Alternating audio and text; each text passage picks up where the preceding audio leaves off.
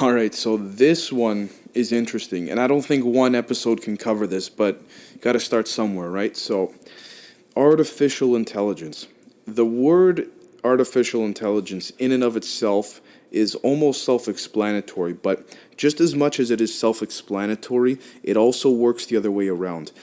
A machine or computer that can think, react, and problem solve and kind of hold a form of consciousness just like a human being is in many ways creepy, but it's also very interesting. So I like to make clear that before I start talking about all this, it would be impossible for me to cover every aspect of AI.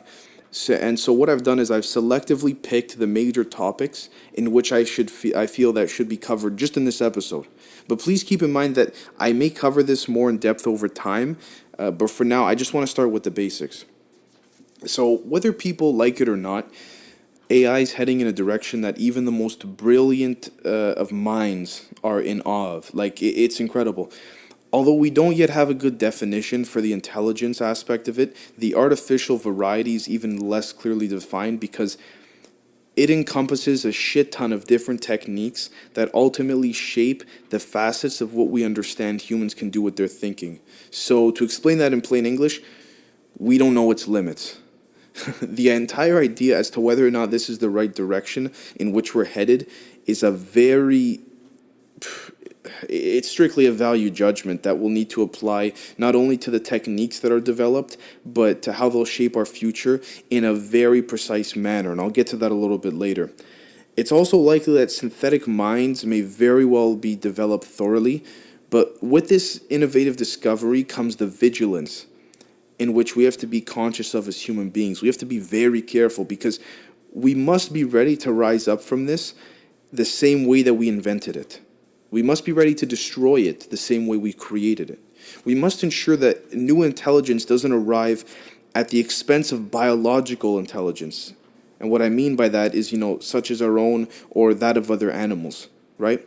We don't want it to surpass us, but at the same time, nobody truly knows which direction would be the right direction, morally, ethically, religiously, and, technologically.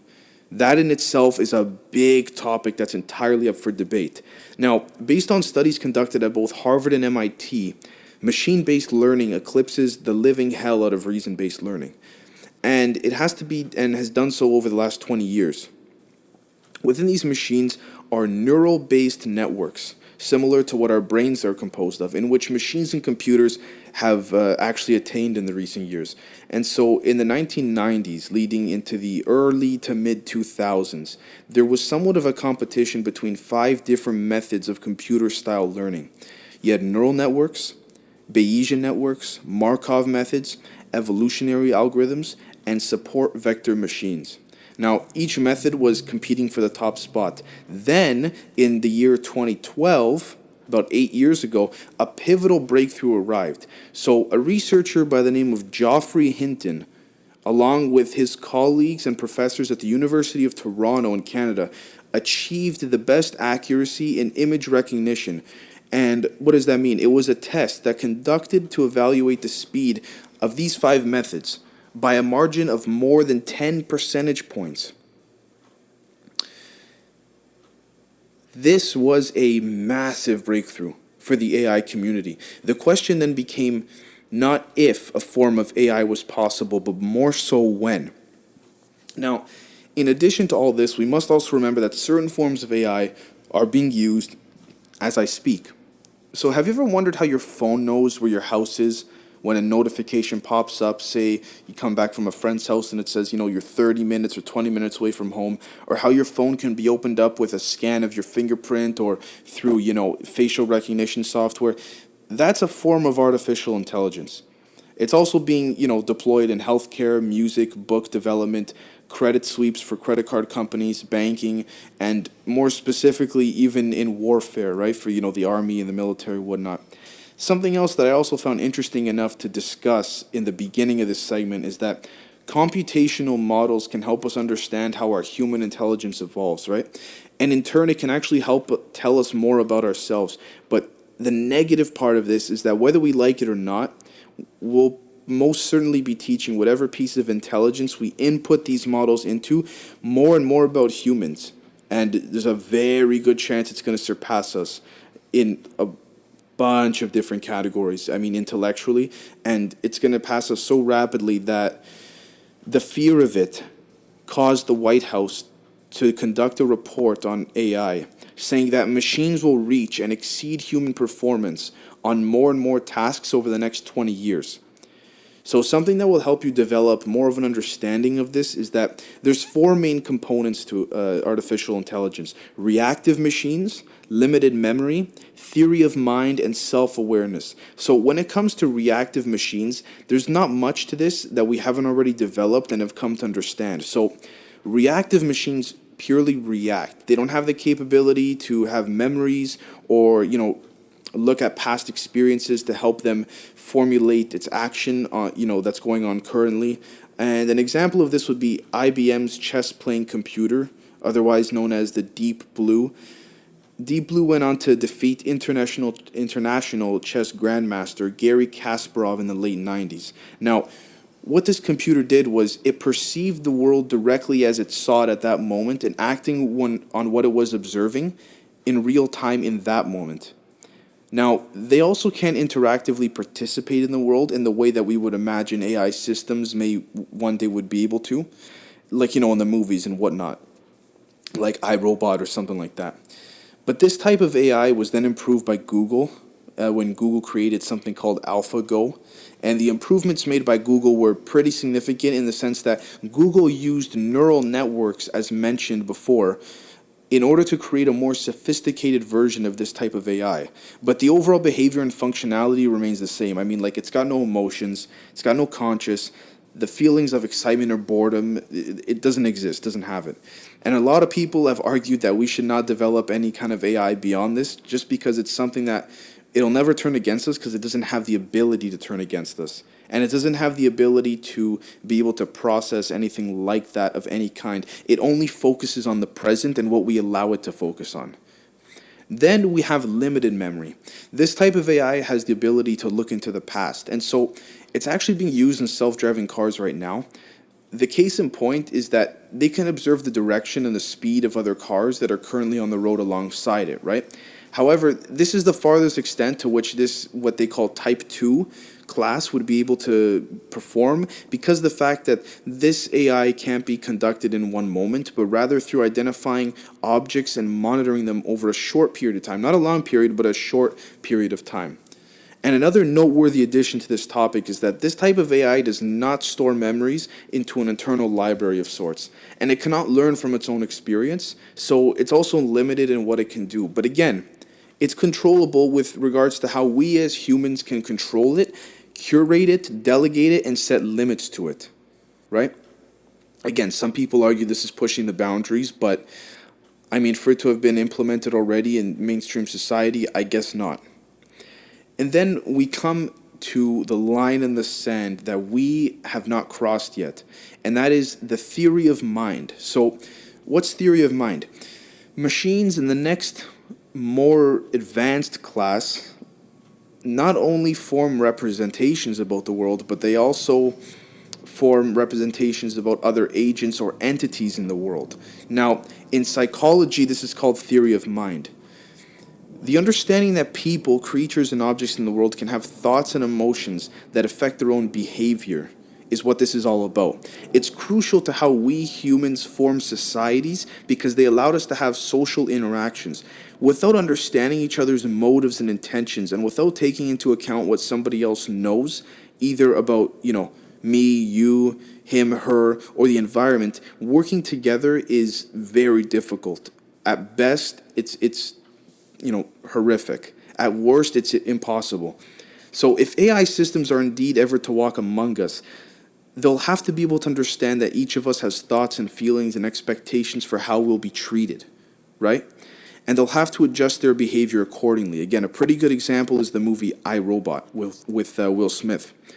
And last but not certainly least, believe me, we have self-awareness.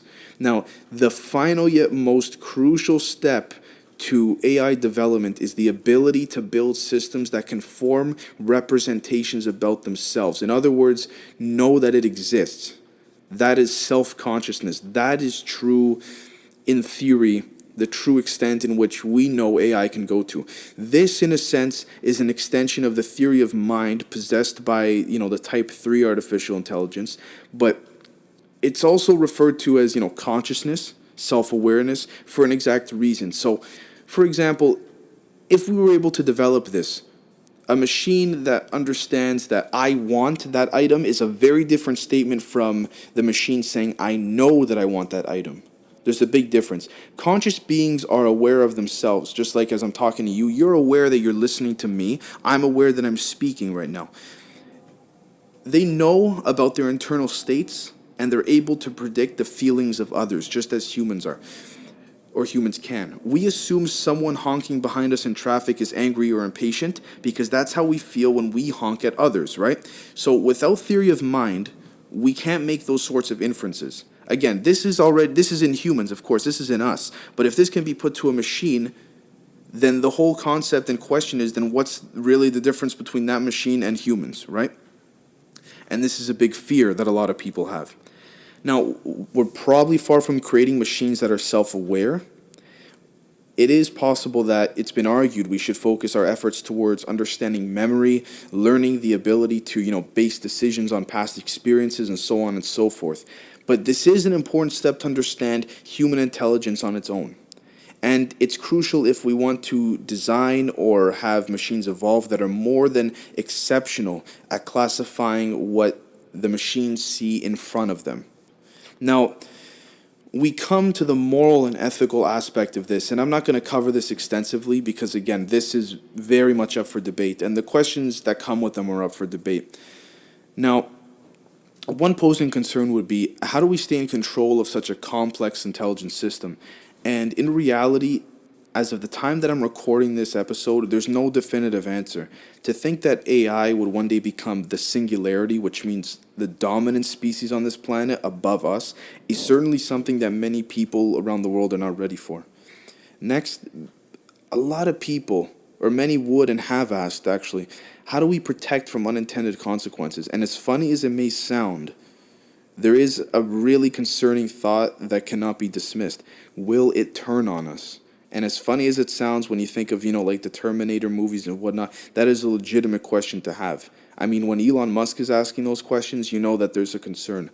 And when he fears that things are moving too quickly, that's when we have to be vigilant. The question in itself is pretty scary, and as much as I want to elaborate, I don't have the answer. And it would take minds much more brilliant than me to ensure that this would be something that we don't have to worry about if these concepts were to ever, come alive.